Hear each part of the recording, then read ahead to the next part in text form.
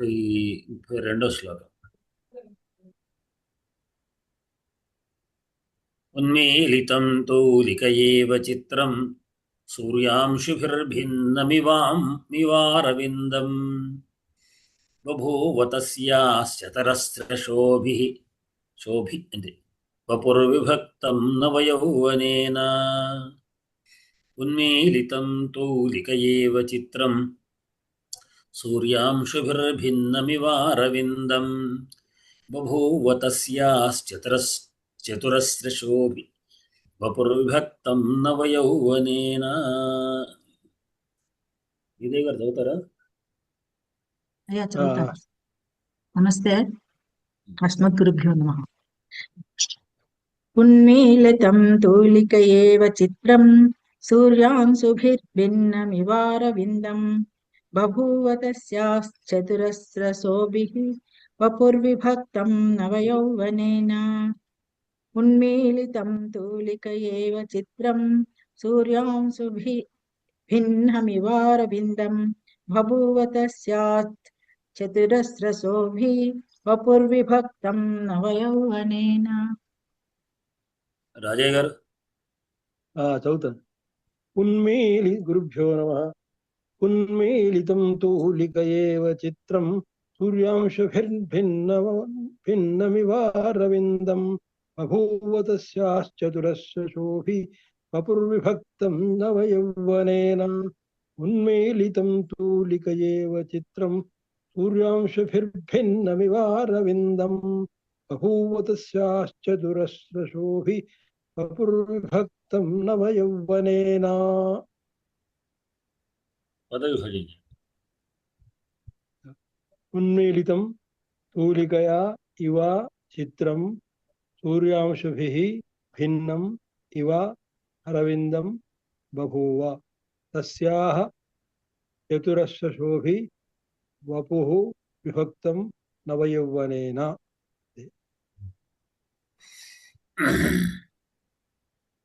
ఆడుకునేవారు చాలా రోజుల తర్వాత మీరు కనబడ్డారు. ఒకసారి శ్లోకం చదవండి. మీరు సుమధుర గాత్రంతో ఉన్నారా? దూరంగా పడిపోయారా? శివకుమార్ గారు ఉన్నారు, మ్యూట్ లో ఉన్నారు. కెమెరా దగ్గర లేనట్టు.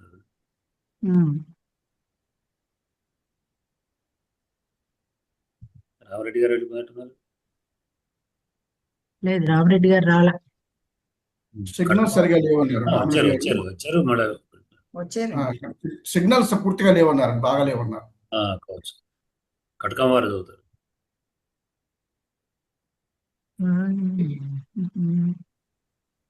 నమస్కారాలు. ఉన్మీలితం తూలికయా ఇవ చిత్రం తూలికయేవ చిత్రం సూర్యాంశుభిర్భిన్నమివారవిందం బభూవ తస్యాశ్చతురస్రశోభి వపుర్విభక్తం నవయౌవనేన. ఉన్మీలితం తూలికయా ఇవ చిత్రం విడదీస్తుంది. మీరు పదవిభాగం కరెక్టే కానీ తూలికయేవ చిత్రం సూర్యాంశుభిర్భిన్నమివారవిందం బభూవ తస్యాశ్చతురస్రశోభి వపుర్విభక్తం నవయౌవనేన. పదవిభాగం ఇందులో చదవనా గురుగారు?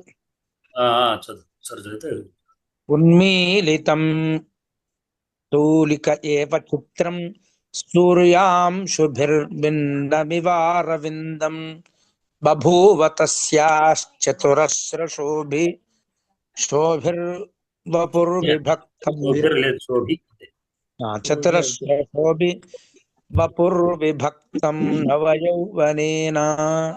ఉన్మీలితం తూలిక ఏవ చిత్రం సూర్యాంశుభిర్భిన్నమివారవిందం బభూవ తస్యాశ్చతురస్రశోభి వపుర్విభక్తం నవయౌవనేన. ఖడ్గవారు చెప్పండి, విభక్తులు చెప్పండి. అయ్యా నేను చెప్పండి.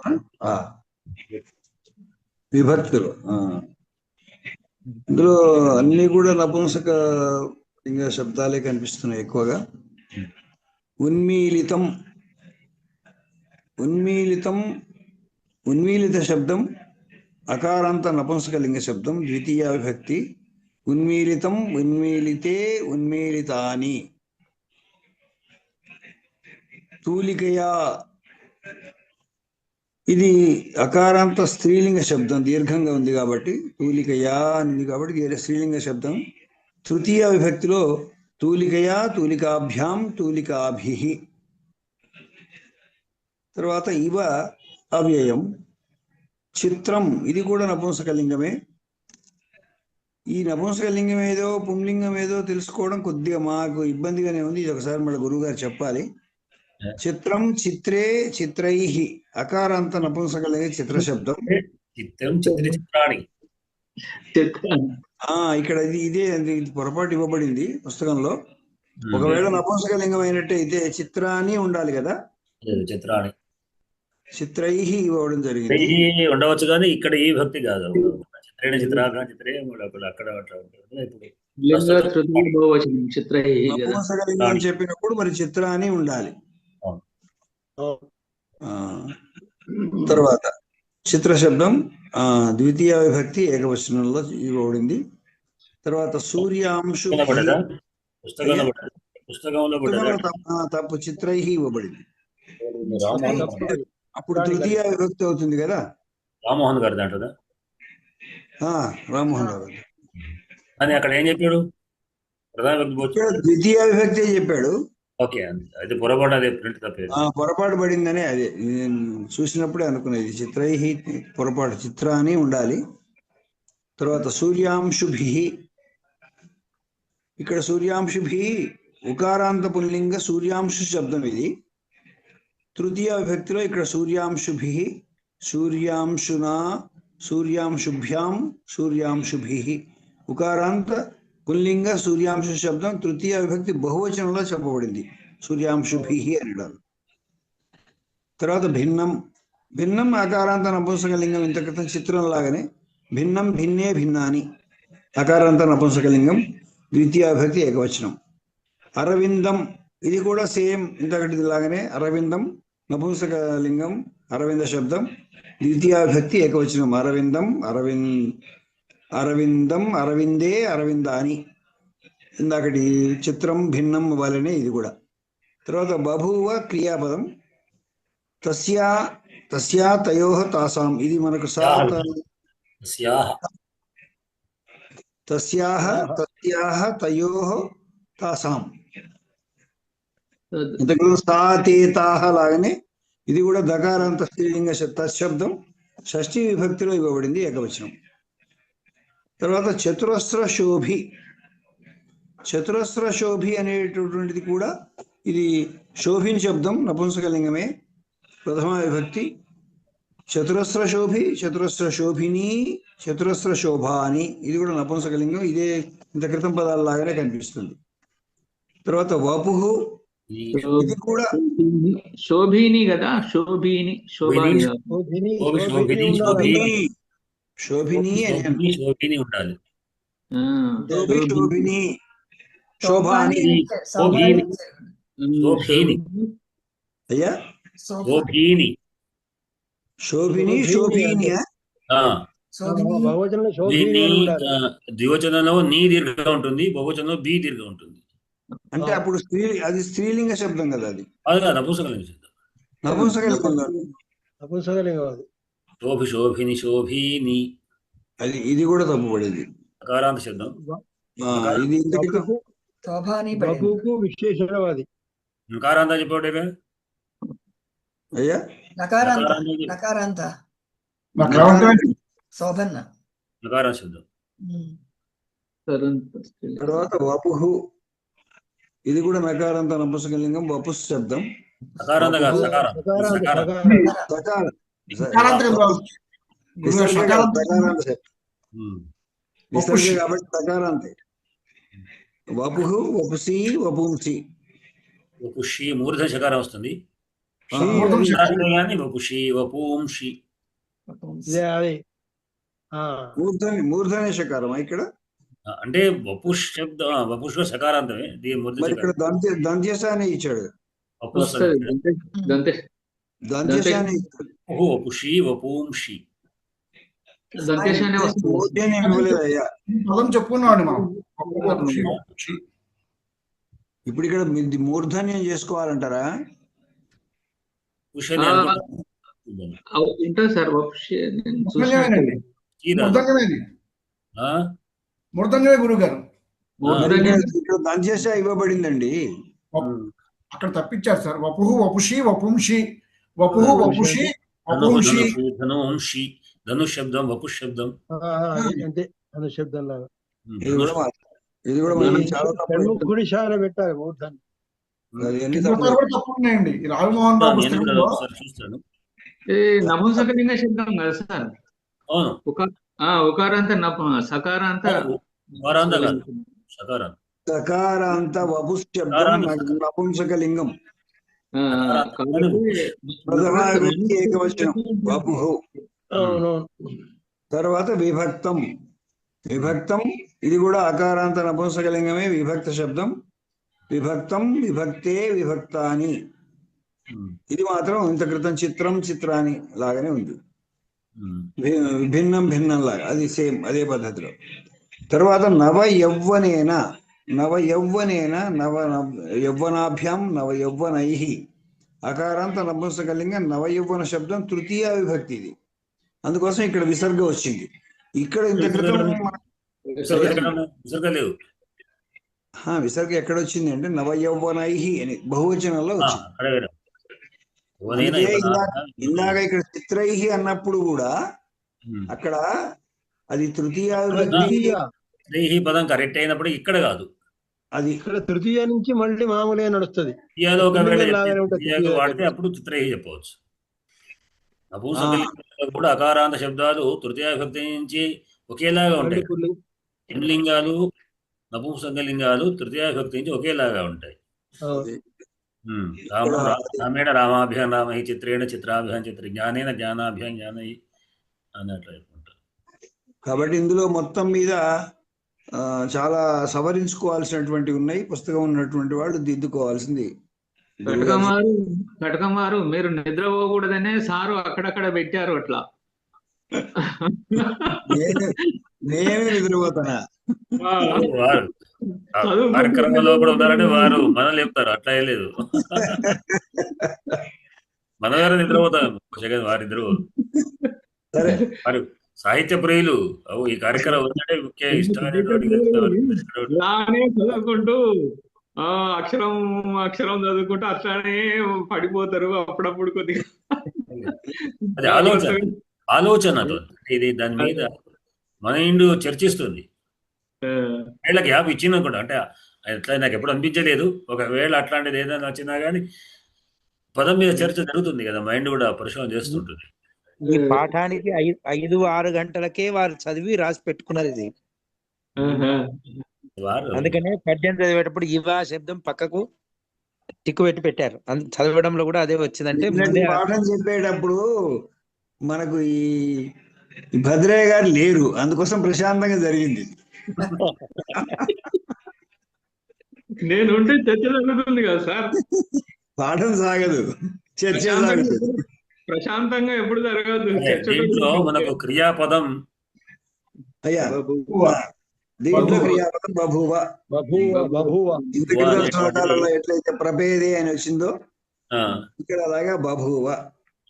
మనకు దాదాపుగా కథ నడుస్తున్నంతసేపు లిటిల్ అకారమే ప్రయోగించడం జరుగుతుంది. కేవలం అక్కడ మనకు ఏదన్నా మనకు ఈ వర్ణనాత్మకం జరిగినప్పుడు, హిమాలయ వర్ణన అక్కడ ఏం జరిగినప్పుడు ఏమైనా వర్తమాన కాలం ఎట్లాంటి ఉంటే ఉండవచ్చు. ఎందుకంటే హిమాలయం ఎప్పుడు కూడా అస్థి ఉత్తరస్య అస్థి అంటే ఉంది అని చెప్పాడు. అక్కడ బభూవ అని చెప్పలేదు. ఎందుకంటే హిమాలయం ఆయన రాసేటప్పుడు ఆయన అక్కడ పూర్వము, ఆయన రాసేటప్పుడు ఇప్పటికి కూడా ముందు తరాలు కూడా ఉంటుంది. దానికి అస్థి అనేటువంటి అట్లా ఏదైనా అవసరం ఉన్న పదంగా చెప్తుంటే కానీ ఇక్కడ కథ కనుక జరిగిన కథ కనుక లిటిల్ అకారం అంటే కథలో జనరల్గా లిటిల్ అకారం ప్రయోగించాలి అనేది ఒక నియమం కనుక ఆ ప్రకారంగా బభూవ అనేటువంటి భూధాతువు యొక్క లిటిల్ అకారం.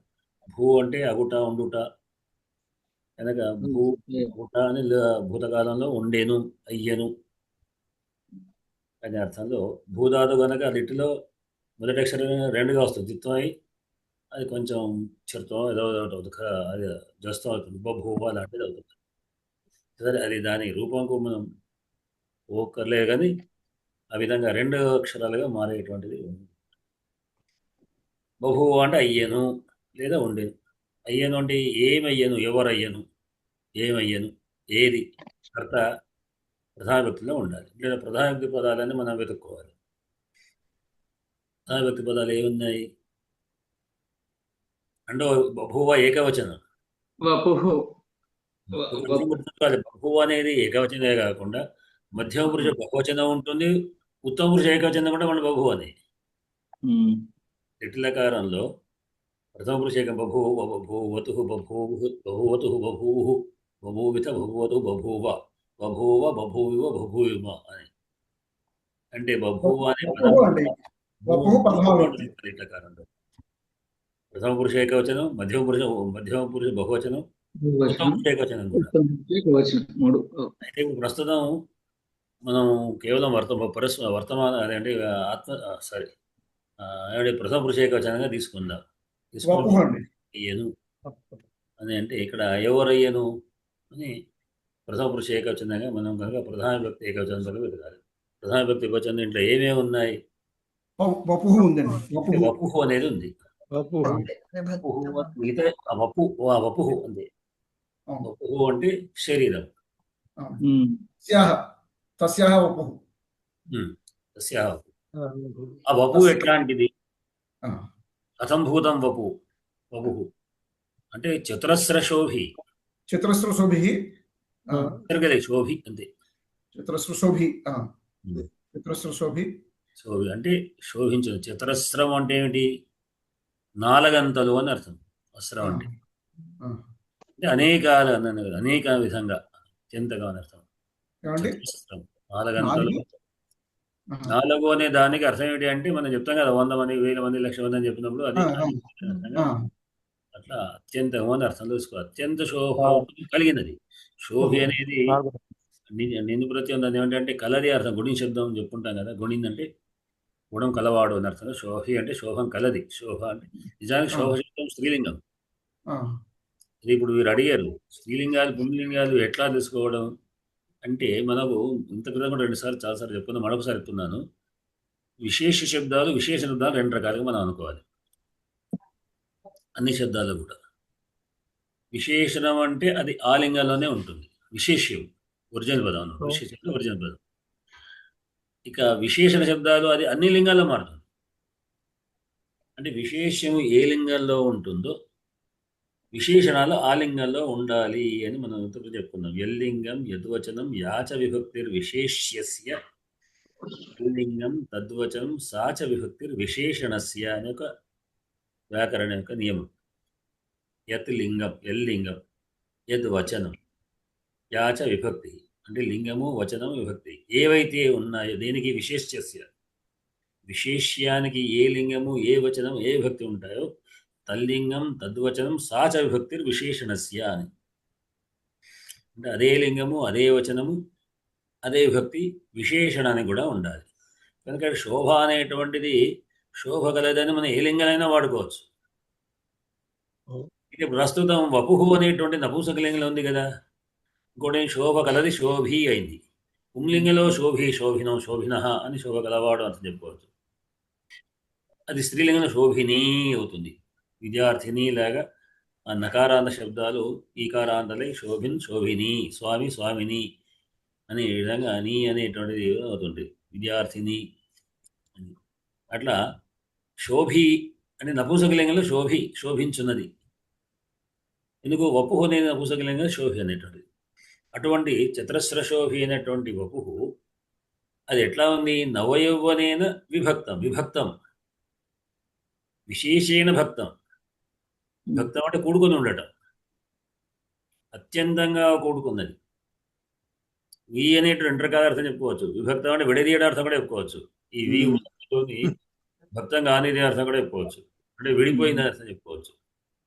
ఎందుకంటే విభక్తులు అంటాం ఇక్కడ విభాజ్యం విభక్తం అనేటువంటి ఇక్కడ విభక్తం అంటే అత్యంతమైనటువంటి భక్తం అంటే కూడుకోవడం భూ భుక్ అనే ధాతు ఉన్నది భక్త్యం అనేటువంటి అత్యంతంగా కూడా దేంతో అత్యంతంగా కూడుకున్నది నవయౌవనేన నూతనమైనటువంటి యౌవన వయస్సుతో.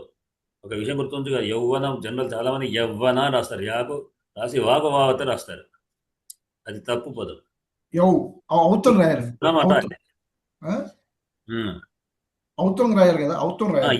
యౌ రాసి వనం, మామూలు ఒత్తు లేకుండా మామూలు ఒత్తు లేదు, వావత లేదు, వనం వనమే మామూలుగా యౌవనం అంతే. యవ్వనం ఉండదు. వ్యవహారికం సార్ అది తెలుగులో. వ్యవహారికంలో అది తప్పు పదం. సరే వాడు కదా, అదే సంస్కృతం మాత్రం వాడని సంస్కృత వ్యవహారం లేదు, వ్యవహారం లేవు. యవ్ అన్నప్పుడు ఊ అనేది హల్లు వస్తుంది, దాని తర్వాత ఈ వనం ఉన్నది కదా, రెండు కలిసి అట్లా తెలుగులో వ్యవహారికం అవకాశం చాలా ఇచ్చారు. అంటే గ్రాంధికం కాదు. తెలుగు వారి యొక్క ఉద్దేశం ఏమిటంటే మాట్లాడేటువంటి వాళ్ళకి అనుకూలంగా వ్యాకరణం మారాలి అని మార్చారు. చాలా విషయాలు కూడా పక్కకున్నటువంటి విడిగా ఉన్న సంయుక్తాక్షరాలు వేసి దాన్ని తెలుగు స్వభావానికి అనుకూలంగా మార్చారండి. శంకరనారాయణ డిక్షనరీ వాళ్ళు మార్చారు. కరెక్ట్ పదం యవ్వనమే. ఇందులో తెలుగు వ్యాకరణం అంగీకరించవచ్చు. అయితే ఒకటి, మీరు తెలుగు పదంగా విడిగా వాడితే యవ్వనంగా వాడుకోండి, తెలుగు అంగీకారం. దాన్ని సమాసం చేస్తే మాత్రం మళ్ళీ సమాసం కాదు. ఎట్లా సమాసం చేస్తే ఒకవేళ నవ యౌవనం అనకూడదు, నవ యవ్వనం అనకూడదు. అట్లా ఏ సమాసం అదే సంస్కృత సమాసమే తెలుగు సమాసంలో వస్తే. కానీ కొన్ని చోట్ల కొంతమంది మీరు అందరూ అంగీకరించింది ఏమంటే సాధ్య సమాసాలు ఉన్నాయన్నారు. అవును, సాధ్యంలో సాధ్యమే. అది లక్ష్మీనారాయణ పదం వాడారు, లక్ష్మీనారాయణ అనొచ్చు, సాధ్యం. లక్ష్మీ హ్రస్వంగా చేయవచ్చు అన్నారు, లక్ష్మీ హ్రస్వం చేయొచ్చు. దాని మీద చర్చ జరిగింది. సరే పెద్దవాళ్ళందరూ ఎందుకంటే సంస్కృతంలో లక్ష్మీ ఈకారాంతము తెలుగులోనికి వచ్చినప్పుడు లక్ష్మీ అవుతుంది. నారాయణ శబ్దం కలిపి ఇద్దరు ద్వంద్వ సమాసం చేసినప్పుడు అప్పుడు లక్ష్మీ అది కావాలి కదా, విడిగా లక్ష్మీ పదం ఓకే. మీరు అట్లా ఉండదు, ఇది తద్భవ పదాలు కాబట్టి మనం ఏమంటాం, తత్సమ పదాలు కాబట్టి తత్సమం చేస్తుంది. సంస్కృతంలో లేవు ఆ పదాలు, తెలుగులోకి వచ్చేసినాయి ఆల్రెడీ. తత్ సమమం అయిపోయినాయి, తెలుగుతోటి సమానంగా అయిపోయినాయి. అవి సంస్కృతమే కానీ అయిపోయినప్పుడు దాన్ని చేసుకోవచ్చు అట్లా. అయితే సరే, దాన్ని మీరు తెలుగు వ్యాకరణ నేను వ్యతిరేకించడం కాదు, నాకు తెలుగు కొంత అడిగిన తర్వాత పెద్దవాళ్ళందరూ తెలుగు పండితులందరూ కూడా ఈ విధంగా ఉంది అని చెప్పారు. సరిగా దాని మీద నేను తెలియదు. అంటే మేము రాజయ్య గారితో మాట్లాడినప్పుడు కూడా రాజయ్య గారు కూడా లేదు అని చెప్పారు. ఇట్లానే లక్ష్మీనారాయణ అని కూడా లేదంటూ కూడా ఒకసారి రాజయ్య గారు నాకు అది మకుటం పెట్టి కొన్ని పద్యాలు రాయించారండి మా చేత. అదే లక్ష్మీనారాయణ అని మకుటం పెట్టి రాయించారు. మకుటంలో పెట్టి కూర్చోరు, మనం ఏం చేయరాదు. అది ఇప్పుడు మార్చడం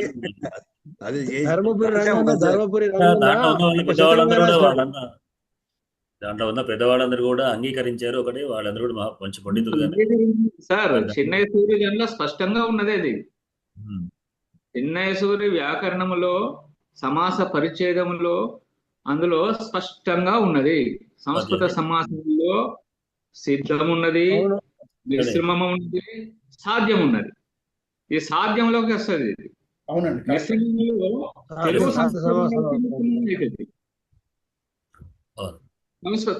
సంస్కృత అందులో సంస్కృతంలో అది ఏంటంటే సంస్కృత సమాసాన్ని ఉన్నట్టు తీసుకొచ్చుకుంటే అది అవుతుంది అంటూ సిద్ధ సమాసాలు 3 రకాలు ఉన్నది. అది అందులో సందేహం లేదు. వపుః అనేది తస్యాః వపుః నవయౌవనేన విభక్తం చతురస్రశోభి వపుః బభూవ. చతురస్రశోభిగా వపుః చతురస్రశోభి బభూవ. వయవనం చేత విభక్తమైనటువంటి తస్యాః వపుః చతురస్రశోభి బభూవ. చతురస్రశోభిగా అయింది ఆమె యొక్క శరీరం, దేహము లేదా ఆమె యొక్క రూపము.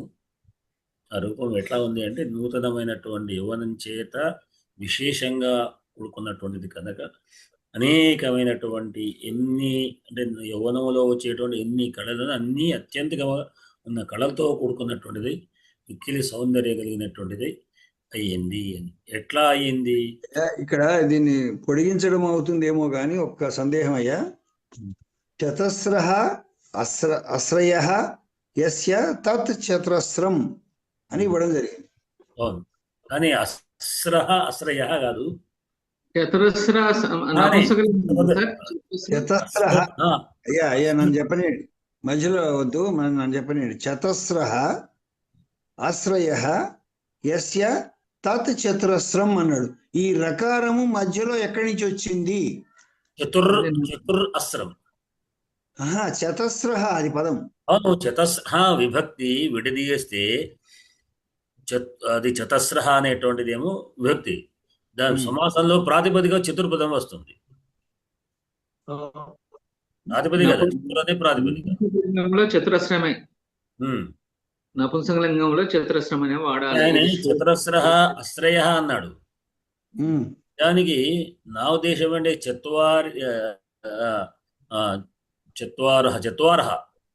చత్వారః అస్రాః యస్య సహ యస్య తత్.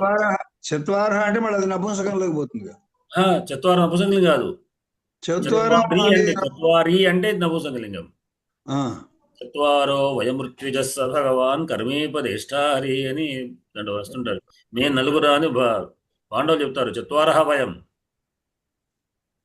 కనుక అంటే ఇది పుంలింగ శబ్దం అని నేను అనుకునేది. అస్ర శబ్దము అశ్రయ అన్నప్పుడు ఎట్లా వస్తున్నది? అశ్రయ అనే పదం యహ అని వచ్చిందంటే అశ్రీ స్త్రీలింగం కావాలి. అయితే అశ్ర శబ్దం పుంలింగానికి మాత్రమే అనేకమైన కోణాలు అని అర్థం. అది అస్రం నపుంసకలింగానికి రక్తము లాంటి పదాలు కూడా ఉన్నాయి. ఇక్కడ కోణమే కోణార్థం. ఇక్కడ చతురస్ర అన్నప్పుడు చత్వారః అస్రాః యస్య సహ కాదు ఇక్కడ నపుంసకలింగ. యస్య సహ అని చతురస్రలే, యస్య తత్ చతురస్రం. యస్య తత్ చతురస్రం ఇక్కడ జరిగింది. చతురస్రం శోభించినటువంటిది అని అర్థం. తిస్రః చతురస్రః, తిస్ర చతురస్రం ఇవి రెండు. చతురస్రః అని స్త్రీలింగం, తిస్ర కూడా పుల్లింగం. చతురస్రః చత్వారి శబ్దం, నపుంసకలింగం చత్వారి. చత్వారి అని మనం చతురస్రం స్త్రీలింగమా? చతురస్రం స్త్రీలింగం. అస్రపదం స్త్రీలింగంలో వాడాడు ఆయన. శోభి మనకు నపుంసకలింగం కదా, విశేషణం అట్లా వాడతాడు. తర్వాత విషయం తర్వాత మొత్తం సమాసానాక దాన్ని నపుంసకలింగం మార్చుకుంటాం. శోభ కలది ఎవరో అని మళ్ళీ లాస్ట్ కలది అనే శబ్దాన్ని బట్టి నపుంసకలింగం మారుస్తాం. ఒకవేళ పుంలింగం అనుకోండి, ఎప్పుడు చత్వారి చతురస్ర శోభి అని పుంలింగాన్ని మార్చుకోవచ్చు. లేదా స్త్రీలింగం అయితే శోభిని అని వాడచ్చు. ఇక్కడ శోభి నపుంసకలింగం. శోభి అదే శోభిని, శోభిది శోభి నపుంసకలింగం. స్త్రీలింగం అయితే శోభిని అవుతుంది. పుల్లింగం అయితే శోభి అవుతుంది. శోభి దీర్ఘ ఉంటుంది. గుణిలో కూడా శోభి దీర్ఘ ఉంటుంది. చతురస్ర శోభి అని అర్థం. అప్పుడు అయ్యా ఇప్పుడు ఇక్కడ మనం శోభాని అనేదాన్ని కొట్టేశాము. శోభ అనే సమాసం శోభానే ఉంటుంది. లేదా చతురస్ర శోభతే ఇది అని వాడు అనుకోండి. చతురస్రై శోభ యస్య తత్ శోభతే ఇది అని ఏమంటే ఉపపద బహుళ సమాసం లాంటిది చెప్తుంటాం. ఉపపద బహుళ సమాసానికి ధాతువుతో చెప్తుంటారు. లేదా చతురస్రై శోభి ఇది, చతురస్రముల చేత శోభించున్నది. శోభి అంటే శోభించున్నది అర్థం ఎట్లా రానే వస్తుంది. శోభతే ఇది శోభి అని పదం తీసుకున్నాం ముందే. అంటే శోభ యస్య తత్ శోభి తద్దిత సమాసం. శోభ కలది. రెండు పదాలు ఒకటి సమాసం, ఒకే పదం అంటే తద్దితం అవుతుంది. కలవాడు కలది అనే అర్థం రెండు సమాసాలతోని ఉంటే, రెండు పదాలతో ఉంటే సమాసం అయితే బహుళ సమాసం అవుతుంది. ఒకటే పదాన్ని మనం దాంట్లోనే కలది అర్థం తీసుకున్నప్పుడు తదిత సమాసం అవుతుంది. శోభ కలది శోభి, శోభి అని ఒక పదం తీసుకున్నాం, అయిపోయింది. చతురస్రై శోభి, చతురస్రం శోభించున్నది తృతీయ. అక్కడ తర్వాత ఏం చెప్పాడు మరి? చతురస్రావి అన్నాడా? దీని యొక్క విగ్రహంలో చతస్ర ఆశ్రయ యస్య తత్ చతురస్రం, అయిపోయింది. ఓకే, చతురస్రం శోభతే ఇది తత్ చతురస్ర శోభి అని చెప్పారు. చతురస్రం తత్ అని చతురస్రం చేశాడు. అంతే. సరే, అట్లా చేసి చతురస్రం తత్ శోభతే ఇది, శోభతే అన్నప్పుడు చతురస్రం శోభతే ఇది తత్ చతురస్ర శోభి అని అని చెప్పాడు. శోభతే ఇది శోభ కూడా కావచ్చు. ఇప్పుడు సమాసంలో బహుళ సమాసం శోభ అనే అవుతుంది. శోభ అవుతుంది, శోభే శోభ. అంటే శోభి ఇవ్వబడింది కదండి మనకు. కలది అర్థంలో శోభి కలది అనే అర్థము ముందేమో తయారు చేస్తే శోభి అనే గుణి నుండి సంతతి సమాసం చేస్తే శోభి అవుతుంది, లేకపోతే శోభ అనే ఉంటుంది. అప్పుడు శోభము లేకుంటే అకారాంతంలో చేసుకొని శోభం అని ఎవరు చేయాల్సి వస్తుంది. సరే, నాకు వారి అంత అది కాదు, బహుశా ఇట్లా కావచ్చు అని నేను అనుకునేది. నా అభిప్రాయం ఇట్లా ఉంటుంది, కావచ్చు మరి వారు అందుకనే వారు మహాపండితులు కనుక బహుశా ఈ విధంగా వచ్చేమో నా అభిప్రాయం. ఇప్పుడు అది ఉంటే ఈ విధంగా వచ్చు. కనుక చతురస్రముగా శోభించునట్టిది అది అయినటువంటిది ఏమిటి? వపుహు, శరీరం. వపుహు అనేటువంటి నపుంసకలింగం శోభి నపుంసకలింగం. ఆ విధంగా చతురస్ర శోభిగా అయ్యింది అనమాట వపుహు. తస్యా వపుహు చతురస్ర శోభి బభూవ అని. అది ఇంకా కూడా ఏంటంటే నవయవైన విభక్తం అయినటువంటిది అని కూడా మనం చెప్పుకుంటాం. అంటే ఇవి రెండు కూడా విశేషణాలు. ఎందుకని విభక్తం కూడా నపుంసకలింగానికి, దాన్ని మనం పుంలింగం విభక్త అనవచ్చు, లేదా స్త్రీలింగం విభక్త అనవచ్చు, నపుంసకలింగం విభక్తం అనవచ్చు. అలాగే వపుహు సంబంధంగానే విభక్తం అయింది. అట్లానే పైన ఇంకా ఎట్లా అంటే దీని వలే అనే ఉపమానాలు మనం పైన తీసుకుందాం. ఉన్మీలితం తూలిక ఏవ చిత్రం, కథమివ అంటే చిత్రమివ. చిత్రం ఎందుకు? చిత్ర నపుంసకలింగానికి చెప్పుకుందాం అంటే వపుహు నపుంసకలింగం కదా. వపుహు చిత్ర శబ్దం కూడా మూడు లింగాలు చెప్పుకో. చిత్ర అనే చిత్రాణి, చిత్ర అట్లా మూడు రకాల చిత్ర, చిత్ర, చిత్రం. అకారాంత శబ్దాలు, ఆకారాంత శబ్దం అకారాంతంగా అవుతుంది. కనుక ఇక్కడ నపుంసకలింగం చిత్రమైనటువంటిది. ఉన్మీలిత ఏమిటది? ఉన్మీలితం చిత్రం ఇవ, చిత్రం వలే. నిజానికి ఇక్కడ వలేను ఉపమానంగానే తీసుకున్నాం కానీ ఒక చిత్రమును, చిత్రం ఇవ, చిత్రము వలె బభువ అనమాట. అట్లా చతురస్రోభి బభువ అని అర్థం చేసుకోవాలి. ఆ చిత్రం ఎట్లాంటిది అంటే ఉన్మీలితం, ఉత్మీలితం, పోలికయా ఉన్మీలితం, అత్యధికంగా వికసించినను లేకపోతే అత్యధికంగా అయినటువంటి అర్థం ఉన్మీలితం. దేంచేత? తూలికయా ఇవ. పోలికయా ఇవ. తూలికా శబ్దానికి అనేక అర్థాలు ఉన్నాయి. తూలిక అంటే మనం దూది, పరుగు, ఏమిటి దూది, అది దూది అంటాం కదా, కాటన్. కుంచే కాటన్. తర్వాత కుంచే, తర్వాత కుంచే అర్థం ఉంది. అంటే దాంతో బొమ్మలు ఎంచడానికి ముందు మనం వాడుకుంటాం, దాన్ని వాడతారు కదా, పత్తి.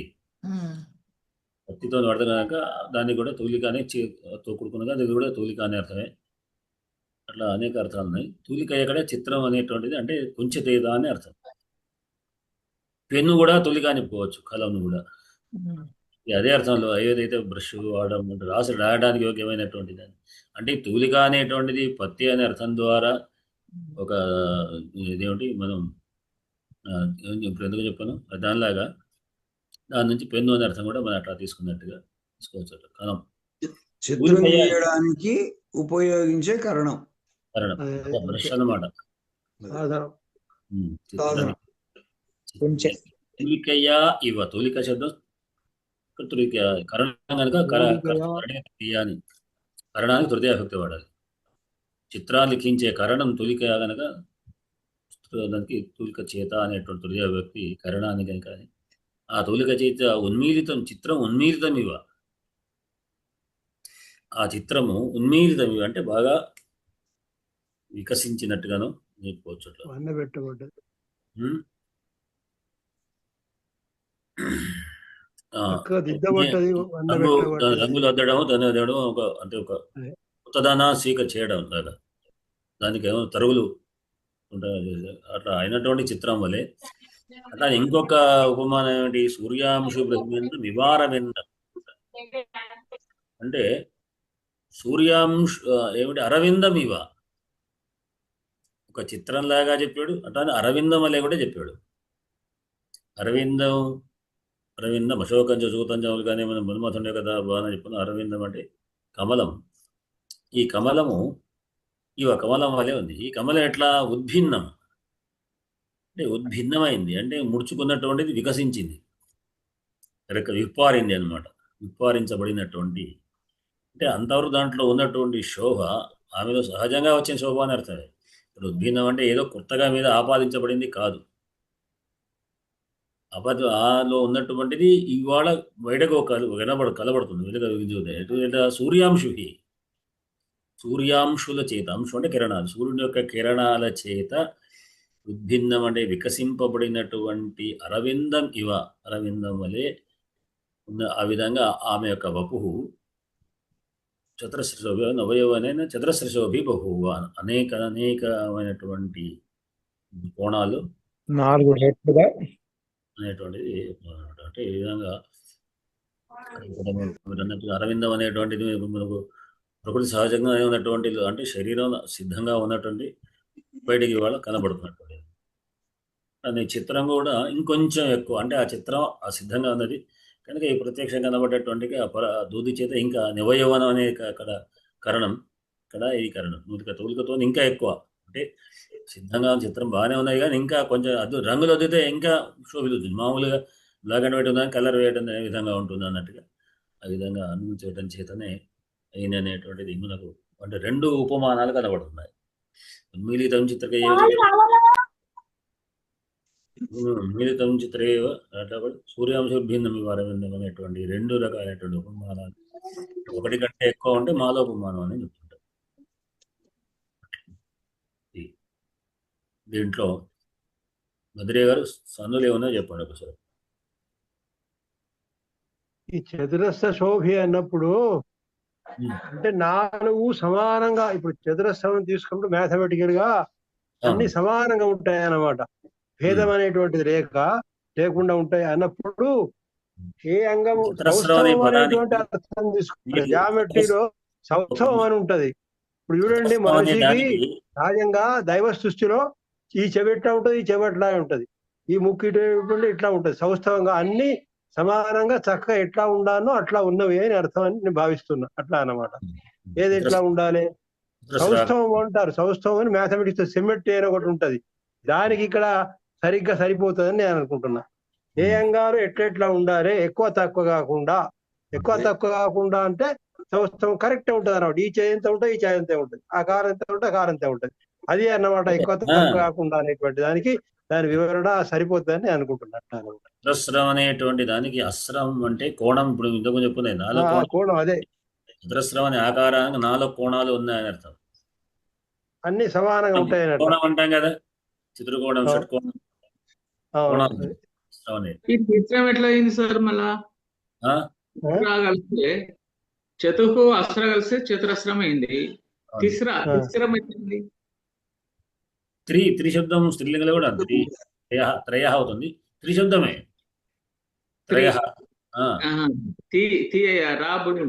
రాబడి త్రిశబ్దం కదా.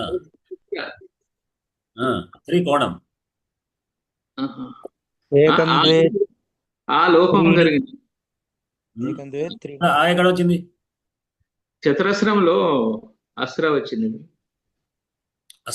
చతుర్ అస్ర వేరు, అస్ర వేరు, చతుర్శబ్దం అది.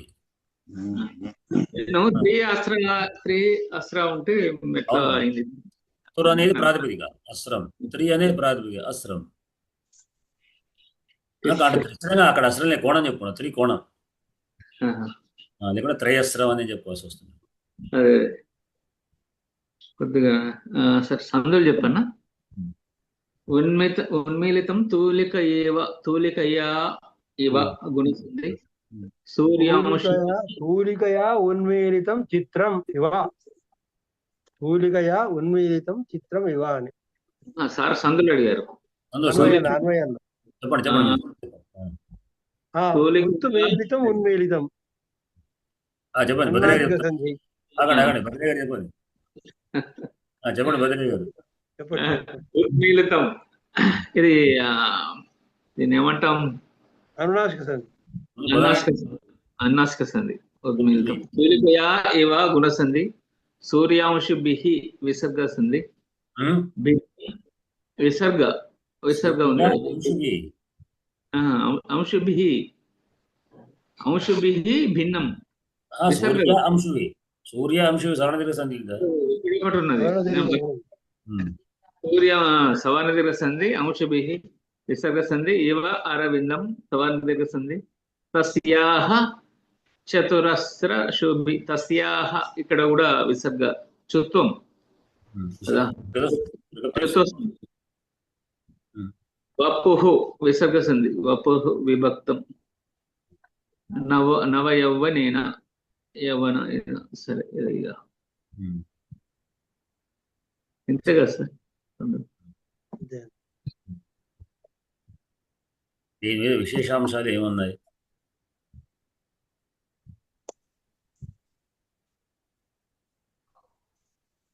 మొదటేమో చిత్రం తోటి చెప్పాడు, తర్వాతనేమో సహజ సిద్ధమైనటువంటి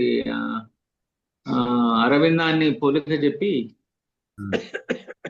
సిద్ధంగా వికసించింది అనేటువంటిది చెప్పాడు. ఈ రెండు కొద్దిగా భేదాల్లో ఉన్నా కానీ సరిగ్గా సరిపోయింది.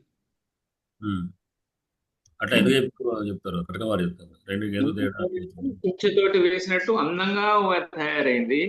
ఈ అందం కూడా అటు ఇటు కూడా కావచ్చు. కాకపోతే అందుకొరకు ఏం చెప్పాడంటే మళ్ళా నెక్స్ట్ సహజ సిద్ధంగా ఆ సూర్యుని వల్ల ఈ తామరలు కలువలు ఎలా వికసిస్తాయో అలా అన్ని వైపుల శరీరం అంతటా సమంగా వర్ధిల్లింది, వికసించింది, అభివృద్ధి చెందిందని అట్లా చెప్పారు. నాకు తెలిసింది అంతే. ఇక్కడ సూర్యాంశ భిన్న వివారవిందం అన్నప్పుడు అరవిందం వికసించినప్పుడు అన్ని వైపులా సమానంగా ఉంటాయి రెక్కలు. అదే చెప్పిండు. అన్ని వైపులా సమానంగా ఉంటాయి. అందుకోసం ఎక్కువ తక్కువ కాకుండా చాలా చక్కగా అందంగా ఉన్నదని అర్థం. చతురస్ర శోభి అని దానికి ఏదైతే కూడా అన్వయం కుదురుతుందని అనిపిస్తున్నారు. అట్లా అంటే ఎక్కువ తక్కువ కాకుండా సెంటర్ నుంచి కరెక్ట్ కర్ణిక నుంచి సమానంగా ఇట్లా ఉంటాయి అన్నమాట విప్పాలి. కాళిదాసు పదాలను ఎన్నుకునేటప్పుడు చాలా అద్భుతమైన పదాలని, ఎస్పెషల్లీ అమ్మవారిని వర్ణించేటప్పుడు అద్భుతమైన పదాలను ఎన్నుకుంటున్నాడని తోచిందండి. ఈ చతురస్రం ఉన్న దాంట్లో, సమకోణం ఉన్న దాంట్లో స్త్రీని వర్ణించేటప్పుడు ఎటువంటి అపభ్రంశపు మాటలు మాట్లాడుకున్నా అందులో అమ్మవారిని వర్ణించేప్పుడు అద్భుతమైనటువంటి పదాలని ఒక్క పదంలో, చిన్న పదంలో ఎంతో గొప్ప భావాన్ని ఒదిగించి కాళిదాసు చెప్తున్నాడు. ఇంతకుముందు మనం చదువుకున్న పదంలో కూడా, పద్యంలో కూడా అలాగే ఉంటుంది. ఈ పద్యంలో అప్పుడు కూడా ఆమె యవ్వమనుతురాలైంది అన్న విషయాన్ని చెప్పడానికి ఏమీ వర్ణించకుండా ఒక్క మాట అర్థం చెప్పాడు. ఇక్కడ కూడా ఈ చతురస్ర శోభి అన్న పదంలో అద్భుతమైన ఆమె యవ్వనంతో చక్కటి రూపురేఖలు, నవలావణ్యంతో అన్ని అంగాలు సమన్వయంగా ఉన్నాయి అనే ఒక్క దాన్ని చక్కటి పదంలో చెప్పాడు కాళిదాసు. ఎక్కువ తక్కువ కాకుండా ఎట్లెట్లా ఉండానో అట్లా ఉన్నాయన్నమాట చక్కగా. అది అంటే దానికి ఏమి భిన్నత్వం రాకుండా అంగాంగ వర్ణనం చేయకుండా అద్భుతమైన భావము అందులో ఒక్క పదంలో ఎంతో గొప్ప భావాన్ని ఒదిగించాడు కాళిదాసు అనిపించింది ఆ పదం చూస్తే. చాలా అదే ఔచిత్యం. వాడే కవి ఎప్పుడు కవయతీతి కవి, కవయతీతి కవే కానీ ఔచిత్యము క్షేమేంద్రుడు చెప్తాడు కదా, ఔచిత్యమే ప్రాణం అని చెప్తాడు కదా క్షేమేంద్రుడు. చెప్పండి కడగం వారు.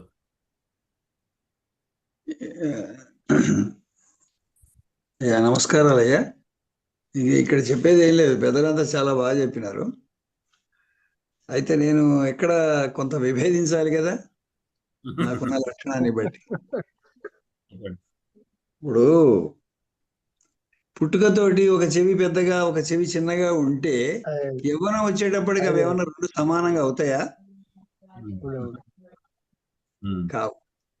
కాబట్టి పుట్టుకతో అవకలనం ఉంటే ఆ తర్వాత సౌష్ఠవం ఎక్కడి నుంచి వస్తుంది? రాదు. సౌష్ఠవం అనేటటువంటిది పుట్టుకతోటే ఉంటుంది. మన ముక్కు కానీ కన్ను కానీ ఓ కన్ను చిన్నగా ఓ కన్ను పెద్దగా ఓ చెవి పెద్దగా ఓ చెవి చిన్నగా, లేదా ముఖంలో కూడా ఒక భాగం కొంత ఎక్కువగా, దవడలు ఎక్కువగా ఒక దవడ ఎక్కువ, అట్లా ఉంటే అది సౌష్ఠవం ఇంకెప్పుడు కాదు. ఇది వయసు వచ్చినా కాదు, వయసు రాకున్నా కాదు. ఇక్కడ అది కాదు. ఇక్కడ ముఖ్యం మన ముద్దురాజయ్య గారు చాలా చక్కగా చెప్పారు మ్యాథమెటిక్స్ ఉపయోగించి. ఎందుకంటే ఇక్కడ చతురస్ర శోభి అనడంలోనే ఆ సౌష్ఠవ పదం, ఇప్పుడు మామూలుగా దీర్ఘ చతురస్రం తీసుకున్నాం అనుకోండి, దాన్ని కూడా 4 మూలలు మలిస్తే సౌష్ఠవంగానే కనిపిస్తుంది. కానీ ఎప్పుడు అడ్డంగా కనిపిస్తుంది, కానీ కర్ణంగా తీసుకున్నప్పుడు కనబడదు.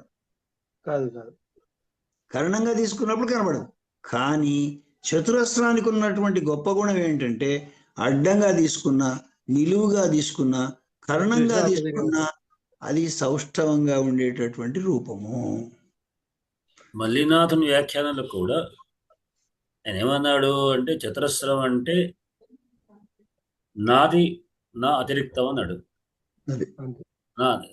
చతురస్రం అంటే ఇప్పుడు మ్యాథమెటిక్స్ కాకుండా అంటే ఇక్కడ కేవలం ఒక మనం చతురస్రం అనే డబ్బాన్ని తీసుకుంటే ఆ ఉపాదాన్ని కుదరదు.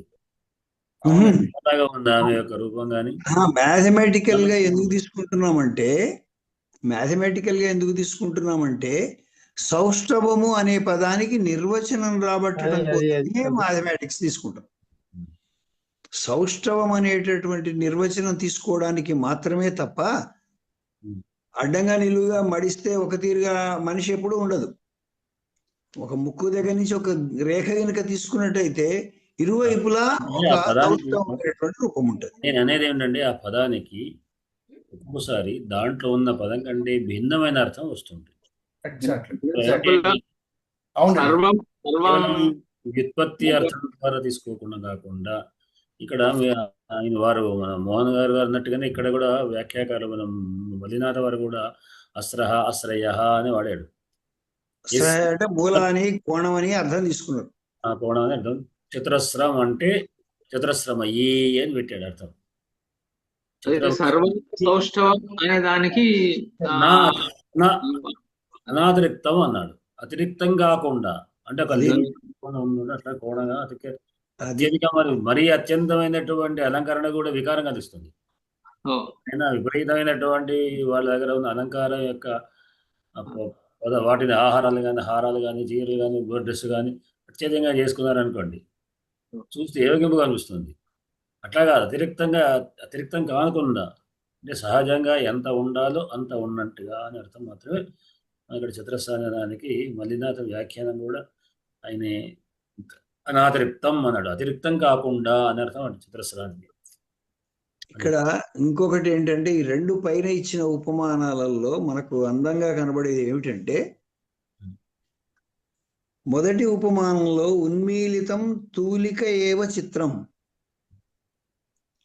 అంటే ఒక కుంచెతోటి రంగురంగులుగా చిత్రించినటువంటి చిత్రం భలే వన్నె పెట్టబడింది అని ఒక అర్థం. అంటే అక్కడేమో అనేక వర్ణములు కనిపిస్తున్నాయి. తర్వాత ఇచ్చిన ఉదాహరణలో సూర్యాంశుభిర్ భిన్నం అరవిందం, అరవిందానికి ఒకే వర్ణం ఉంటుంది. అంటే సూర్యాంశులో 7 వర్ణాలు ఉంటాయి. ఆ 7 వర్ణాలు కూడా ఒకే వర్ణంగా మారటం చూడండి. ఇక్కడ 2 ఉదాహరణలు, 2 చెప్పిన దాంట్లో విభిన్నమైనటువంటి లక్షణం ఏంటంటే ఒక వర్ణంలో నుంచి వేరువేరు వర్ణములు తీసుకొని వేరువేరు వర్ణములన్నీ తీసుకొని ఒక వర్ణంగా తీసుకొని అరవిందం ఒకే వర్ణం ఎట్లా అనుకుంటున్నారు? దాంట్లో ఉన్నటువంటి రెక్కలలో లోపల వైపు తెల్లగా మీది వైపు గులాబీ రంగు క్రమక్రమంగా మారుతూ వస్తుంది. అది నిజమే, కానీ వర్ణం ఒకటే. మొత్తం భువంతో ఒకే రంగులో ఉండదు గులాబీ లాగా. గులాబీ ఆ, రంగు ఉండొచ్చు. ఇక్కడ అయ్యా ఉమ్. ఇక్కడ ఏంటంటే ఇప్పుడు మామూలుగా ఇప్పుడు మీ చొక్కా నీలం రంగులో కనిపిస్తుంది అంటే ఏమిటి? మీ చొక్కాకు నీలం రంగు ఎక్కడి నుంచి వచ్చింది? మీ మీద సూర్యకాంతి కిరణాలు 7 వర్ణాలు పడ్డవి. విబ్జిఆర్లో ఉన్నటువంటి 7 వర్ణాలు పడితే అందులో ఒక వర్ణం మాత్రమే వెనక్కి వచ్చింది. ఆ వర్ణమే బ్లూ. మిగతావన్నీ కూడా ఆ గుడ్డ శోషించుకుందని అర్థం. ఇది అసలు రంగు అంటే దానికి అర్థం. రంగు అనే దానికి అర్థం ఒకటి ఆకుపచ్చగా కనిపిస్తుంది అంటే అర్థం 7 వర్ణాలు దాని మీద పడ్డాయి. సూర్యకిరణాలు పడ్డప్పుడు ఒక్క గ్రీన్ తప్ప మిగిలినవన్నీ అది శోషించుకుంది. కాబట్టి ఒక్క గ్రీన్ మాత్రమే బయటకు వస్తుంది అని అర్థం. ఎందుకు చెప్తున్నాను ఈ విషయం అంటే బ్లాక్ బాడీ రేడియేషన్ అని మేము చదువుకున్నాం సైన్స్ లో. బ్లాక్ బాడీ రేడియేషన్ లో ఏం జరుగుతుంది? నలుపు అంటే అర్థం వర్ణం కాదు. మరి నలుపు అంటే ఏమిటయ్యా? అన్ని వర్ణాలను అది శోషించుకుంటుంది. కాబట్టి ఇంక అక్కడి నుంచి బయటకు వచ్చే వర్ణం ఏం లేదు. కాబట్టి అది నల్లగా కనిపిస్తుంది. తెలుపు అన్నాం అనుకోండి, అన్ని వర్ణాలను అది వ్యతిరేకిస్తుంది. కాబట్టి అన్ని వర్ణాలు బయటకు వచ్చేస్తాయి. కాబట్టి అన్ని కలిపి తెల్లగా వస్తాయి. ఇది వర్ణము అనే దానికి అర్థం. మామూలుగా మేము సైన్స్ టీచర్స్గా చెప్పేటటువంటి వర్ణము అంటే అర్థం. కాబట్టి ఇక్కడ అమ్మవారి గురించి చెప్పడంలో ఉద్దేశం ఏంటంటే ఒక వర్ణము పలు వర్ణములుగా విస్తరించడము, పలు వర్ణములు ఏకవర్ణంగా మారడం. అంటే 2 లక్షణాలు కలిగి ఉన్నటువంటి రూపము ఇక్కడ ఎందుకు చెప్పాడు అంటే నవయవ్వనేన అనే పదం వాడాడు. ఆ యవ్వనం రావడం వల్ల అంటే సూర్యాంశువు రావడం వల్ల అరవిందము భిన్నమైంది. అరవిందం ఉన్నటువంటిది సూర్యాంశువు వల్ల భిన్నమైంది. అంటే ఇక్కడ యవ్వనం రావడం వల్ల ఈమె ఉన్మీలితమైంది అని చెప్పడం ఉద్దేశం. ఇది కాళిదాసు యొక్క భావము అని నేను అనుకుంటున్నా.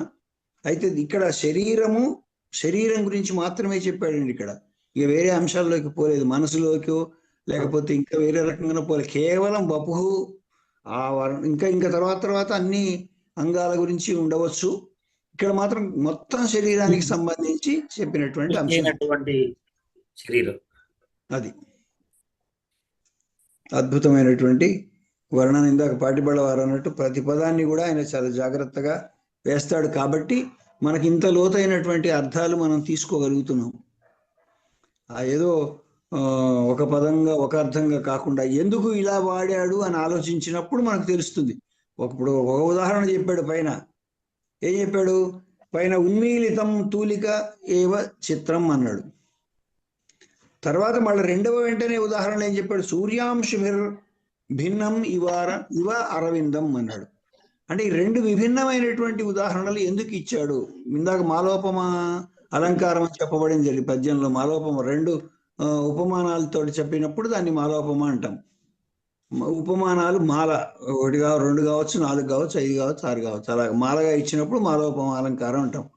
ఇక్కడ 2 ఉదాహరణలు ఇస్తూ రెండిట్లో తేడా గమనించుకోవాలి. మనం 2 ఒకే రకమైన ఉదాహరణలు ఇవ్వలేదు. ఒకటేమో చిత్రము వర్ణభరితమైనటువంటి చిత్రము, మరొకటి వర్ణములు ఉన్నటువంటి సూర్యకిరణాలు పడి ఒకటి వికసించడం. ఆ రకంగా ఈమె యవ్వనవతి అయినటువంటి శరీరము వికసించింది అనే అర్థంలో చెప్పడం జరిగింది. బభూవ. నమస్కారం. ధన్యవాదాలు. వాటికి మనం రేపు శ్రీదేవి గారు ఉండరు. రేపు ఆకాశయానం మీద బయలుదేరుతారు. పోతాను, రావచ్చు, మోస్ట్లీ అటెండ్ అవుతాను. తర్వాత కదా, రేపైతే ఉండదు కదా. తర్వాత కాదు, మన టైం ప్రకారం 4, అక్కడ టైం ప్రకారం 6:30కి చేరుతాను. మీరు చేరుతారా? చేరుతా. సరే. ఏ దేశం ఏగినా ఎందుకారిడినా సంస్కృత పాఠం మాత్రం వదలకురా. నేరవర కుమార సంభవమును. బాగా చెప్తున్నారు వ్యాఖ్యానం. మల్లినాథ సూర్యవారు ఏమన్నారంటే ఉన్నది చెప్తా లేనిది చెప్పా అన్నారు. ఆయన ఉన్నది చెప్పారు, మీరు లేనిది చెప్తున్నారు కాబట్టి మీరు మరో మల్లినాథ సూర్య.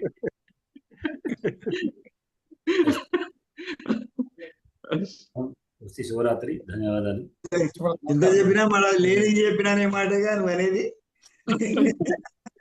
విశ్లేషించి చెప్తున్నావు అనడం లేదు. అంతర్లీనమైనటువంటి భావాన్ని విశ్లేషించడమే విశ్లేషణ. మనకు పదంలో ఉన్న భావం కేవలం పదస్య పదార్థం అంటే పదానికి పదం ముక్కస్య ముక్కార్థం అన్నప్పుడు దాంట్లో ఏమి ఉండదు. అభిప్రాయంగా ఎవరు వారికి తోచినట్టు అందులో ఇయ్యచ్చు, చెప్పచ్చు. కానీ మల్లినాథ సూర్య ఏంటంటే 3-4 గంటలు కూడా వ్యాఖ్యానించినటువంటి చెప్పాడు ఆయన. అవేం అట్లాంటిది మేమే చెప్తాను లేని జోనికి పోను, స్పష్టంగా ఏమున్నది అదే అందిస్తా అన్నాడు ఆయన. ప్రతిజ్ఞ చేశాడు, అట్లే బ్రహ్మాండంగా అందించాడు. కాబట్టి వ్యాఖ్యానం వేరు, విశ్లేషణ వేరు. ఆయన మలయాళంలో మొత్తం విశ్లేషణ చేసుకుంటూ కూర్చుంటే పోతుంది. కేవలం దాంట్లో ఉన్నది ఏమిటి మాత్రమే మనకు అందించాడు. విశ్లేషణ ఏదంటే అనేక రకాలుగా ఎవరికి ఏ రంగాల్లో ప్రవేశం ఉందో ఆయా రంగాల విషయాలను చెప్పి వ్యాఖ్యానాలు. విశ్లేషణాత్మకమైనటువంటిది భగవద్గీత ఒక శ్లోకంలో ఉన్న దాన్ని భాష్యకారులు ఒక శ్లోకాన్ని 4-5 పేజీలతో ఇంకా వాళ్ళు ఉన్నారు. అట్లానే మీకు మనకు సిద్ధాంత కౌముది పాణిని మహర్షి యొక్క అష్టాధ్యాయిలో కేవలం ఒక సూత్రం ఇగోని చేలాగా ఒక చిన్న 4-5 అక్షరాలు 5 అక్షరాలు 2 అక్షరాలు దాని అంటే భాష్యకారులు మహాభాష్యకారుడు పతంజలి మహర్షి ఎన్ని పేజీలు రాశాడు. దాంట్లో కాదు ఐగుండ దగ్గర మొదలవుతుంది. ఐగుండలోని చెప్పడానికి చర్చ మొదలవుతుంది. 2 పేజీ 3 పేజీలు ఏదేదేంటి ఒక్కొక్క ఐగుండ్రులకు ఏవం అనేటువంటి ఈ మన ఉన్నటువంటి 14 సూత్రాలకే విపరీత వ్యాఖ్యానం ఉంది. విశ్లేషణకారులు వేరు, అది మేధస్సు, వ్యాకరణం అంతా అది వాళ్ళ భాష. విశ్లేషణ ఇది ఇది వేరే. ఇది ఇప్పుడు గణితము సైన్స్ చదివినాడు ఆయన నేను మేము గణితం సైన్స్ చదివినాం కాబట్టి ఆ యాంగిల్లో చెప్పడం జరిగింది అట్లా అన్నమాట. ఏదైనా ఒక ఇదే కాదు, ఇవాళ కాదు, రోజు కూడా మనకు అనేకమైన విశ్లేషణతో వారు చూస్తుంటారు కదా. చూసే విధానం కూడా మనకు కూడా చాలా విషయాలు చూస్తున్నాయి. దాంట్లో చూస్తున్నాయి. నలుగురు ప్రత్యేకంగా ఘటన వారికి లాస్ట్ పెట్టి మీరు చెప్పండి అని చెప్తుంటాను. మీరు ఏమిటి అభిప్రాయం అనేది వారి అభిప్రాయంతో ముగిస్తాను. రేపటి నుండి అంగాంగ వర్ణనలు ఉన్నట్లుంది, పాదాదిగా ఉంటాయి. కాబట్టి నేను నా జోక్యం ఉండదు అని అనుకోండి. ఇంకా నేను విమర్శించలేను అందులో. చెప్పారే నేను గణితం చెప్పే సంస్థ ఉంటుంది చేశా, మీరు వర్ణాలు విఆర్ని బట్టి చెప్పారు. అది కరెక్టే, అది తప్పేం లేదు దాంట్లో.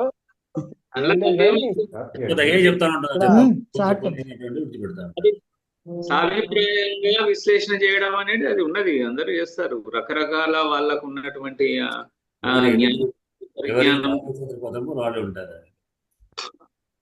ఆచార్య చెప్పండి. సపాద అంటే 5 పావుని సపాద అని అంటామా?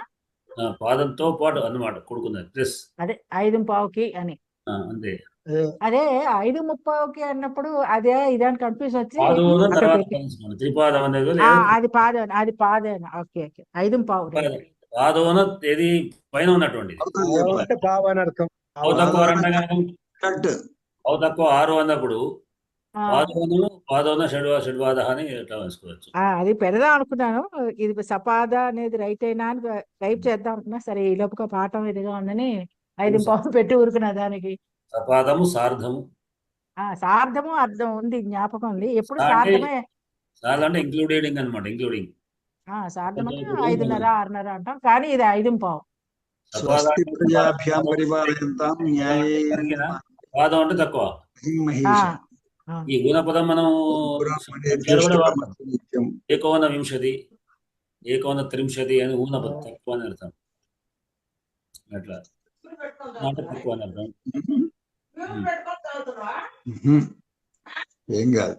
దాంట్లో శ్లోకం వస్తుంది ఏంటంటే మాస వరస్తం మాస పూర్వ, అక్కడ పూర్వపదం వస్తుంది.